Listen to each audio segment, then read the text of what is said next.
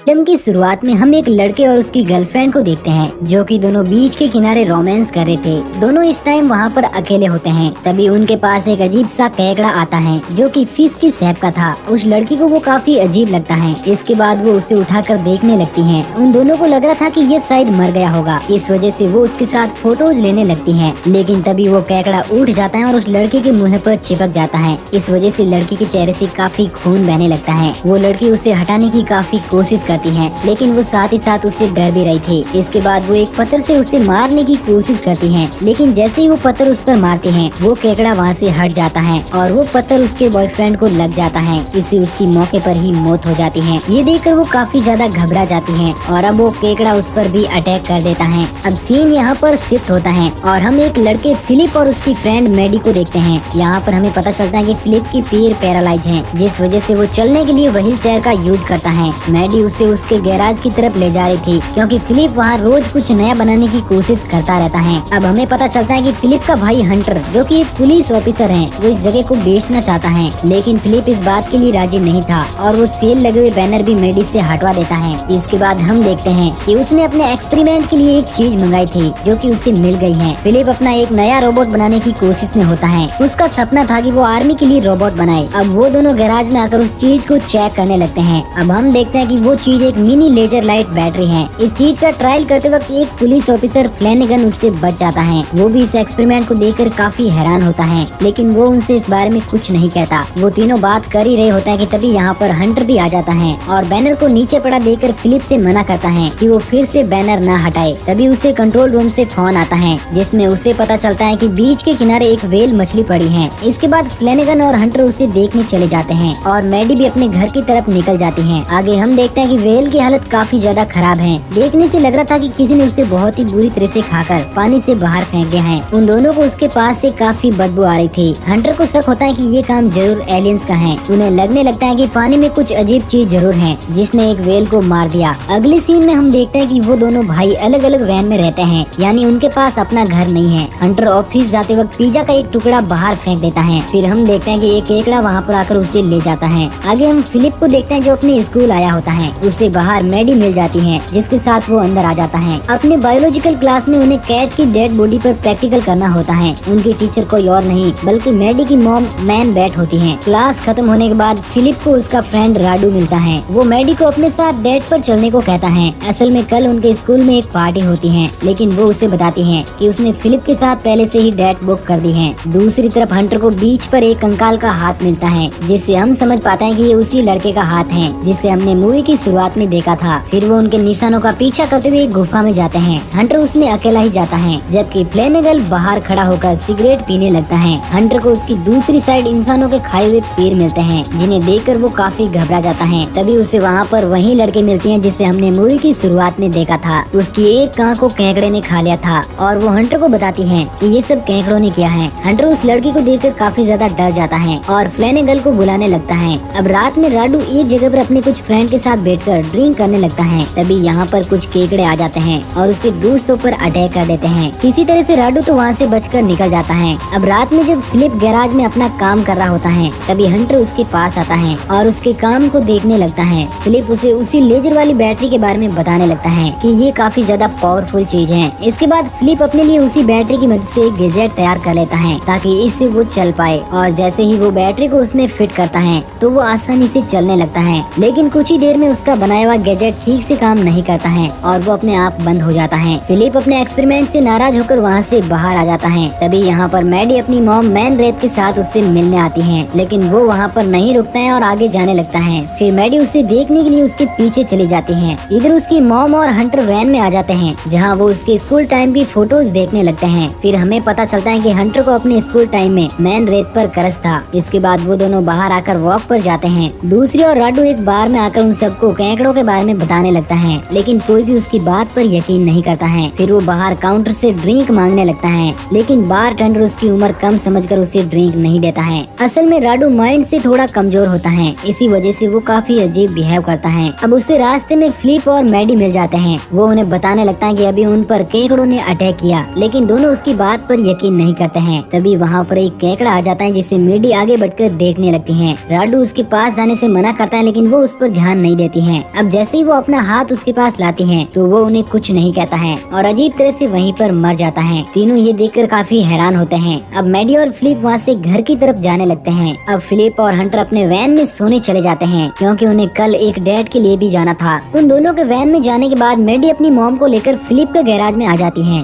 जहाँ पर वो उन्हें फिलिप के गैजेट्स दिखाने लगती है। दूसरी तरफ राडू मरे हुए केकड़े के साथ काफी बदतमीजी करने लगता है। तभी उसके अंदर से एक अजीब तरह का क्रीचर निकलता है और उस पर अटैक कर देता है। इससे हम समझ पाते हैं कि ये केकड़े मरने के बाद एक दूसरे क्रीचर में बदल जाते हैं। अगली सुबह फ्लैनेगन नदी के पास बैठा हुआ फिशिंग कर रहा होता है। तभी उसे कुछ केकड़ों की आवाज आने लगती है। इधर वैन में फिलिप डेट पर जाने के लिए रेडी होने लगता है। उसके साथ साथ पार्टी में हंटर भी जाता है। दोनों वहाँ पहुँच जाते हैं और फिलिप यहाँ पर अपने उसी चलने वाले गैजेट को लगाकर आया होता है। पार्टी में मैडी उसे चलता देखकर काफी ज्यादा खुश होती है। फिर हमें पता चलता है कि मैडी की मॉम ने ही इस गैजेट को रिपेयर करके चलने के लायक बना दिया था। इसके बाद दोनों डांस करने लगते हैं। हंटर भी यहाँ पर मैन रेत को ढूंढने लगता है, लेकिन तभी उसे वहाँ पर एक केकड़ा दिखाई देता है। इसे देखकर वो काफी ज्यादा घबरा जाता है। इसी बीच यहाँ मैन रेत भी आ जाती है। अब वो दोनों भी सबके साथ मिलकर डांस करने लगते हैं। कुछ देर बाद डीजे के पास एक केकड़ा आ जाता है और उस पर अटैक करके उसे खाने लगता है। सब लोग ये देखकर काफी ज्यादा डर जाते हैं। मैन रेत उस आदमी को देखने के लिए आगे बढ़ती है। उसके बाद वो केकड़ा उस पर भी अटैक कर देता है। फिर हंटर किसी तरह से उसे मैन रेत से दूर फेंक देता है और सबको यहाँ से बाहर निकलने के लिए कहता है।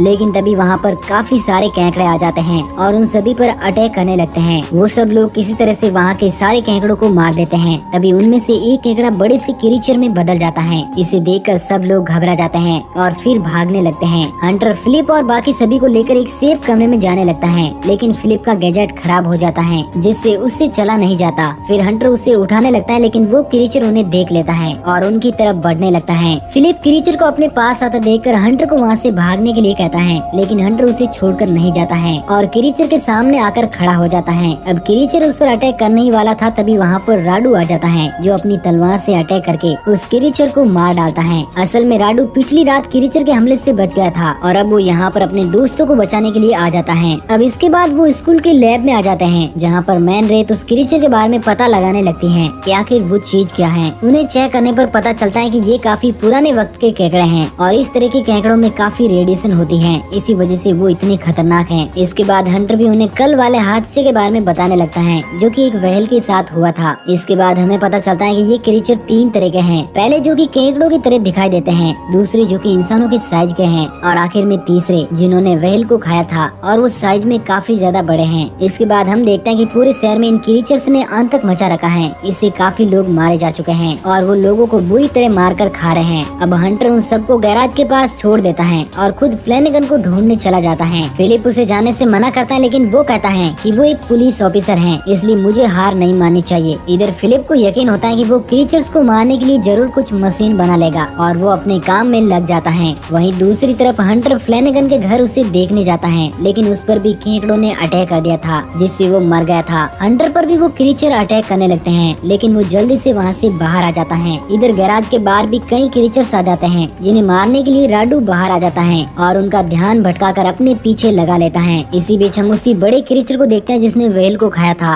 और अब वो शहर की तरफ बढ़ रहा था। सुबह होने पर फिलिप काफी बड़ा रोबोट बना देता है, इससे वो बड़े वाले क्रीचर को मार पाए। फिलिप खुद ही अपने उस रोबोट के अंदर बैठकर उसे चला रहा था। अब वो उसी क्रीचर के पास आकर उससे फाइट करने लगता है। वो क्रीचर भी काफी ज्यादा पावरफुल था। वो उस रोबोट का एक हाथ तोड़ देता है, जिसके बाद फिलिप अपने रोबोट की तलवार लेकर उस पर अटैक करने लगता है और उसका भी एक हाथ तोड़ देता है। अब क्रीचर काफी गुस्से में आ जाता है और रोबोट को नीचे गिरा देता है, लेकिन तभी वहाँ पर हंटर अपनी कार लेकर आ जाता है और कार को चलता हुआ छोड़कर पहाड़ी से क्रीचर के ऊपर हिट कर देता है। इससे वो कार क्रीचर से हिट होकर ब्लास्ट हो जाती है, जिससे फिलिप को काफी टाइम मिल जाता है और वो उसी बैटरी की मदद से लेजर एक्टिवेट करके उस क्रीचर को एक ही बार में मार देता है। ये सब देखकर वहाँ मौजूद सभी लोग काफी ज्यादा खुश होते हैं और फिलिप के रोबोट की बहुत सारी प्रशंसा करते हैं। मैडी भी उसे किस करते हैं, क्योंकि वो दोनों एक दूसरे को बहुत ज्यादा पसंद करते थे। अब मूवी के एंडिंग में हम देखते हैं कि फिलिप अपने रोबोट को फिर से रिपेयर करके शहर के बाकी बड़े क्रीचर को मारने निकल जाता है और इस बार उसके साथ मैडी भी होती है और इसी के साथ ये मूवी यहीं पर एंड हो जाती है।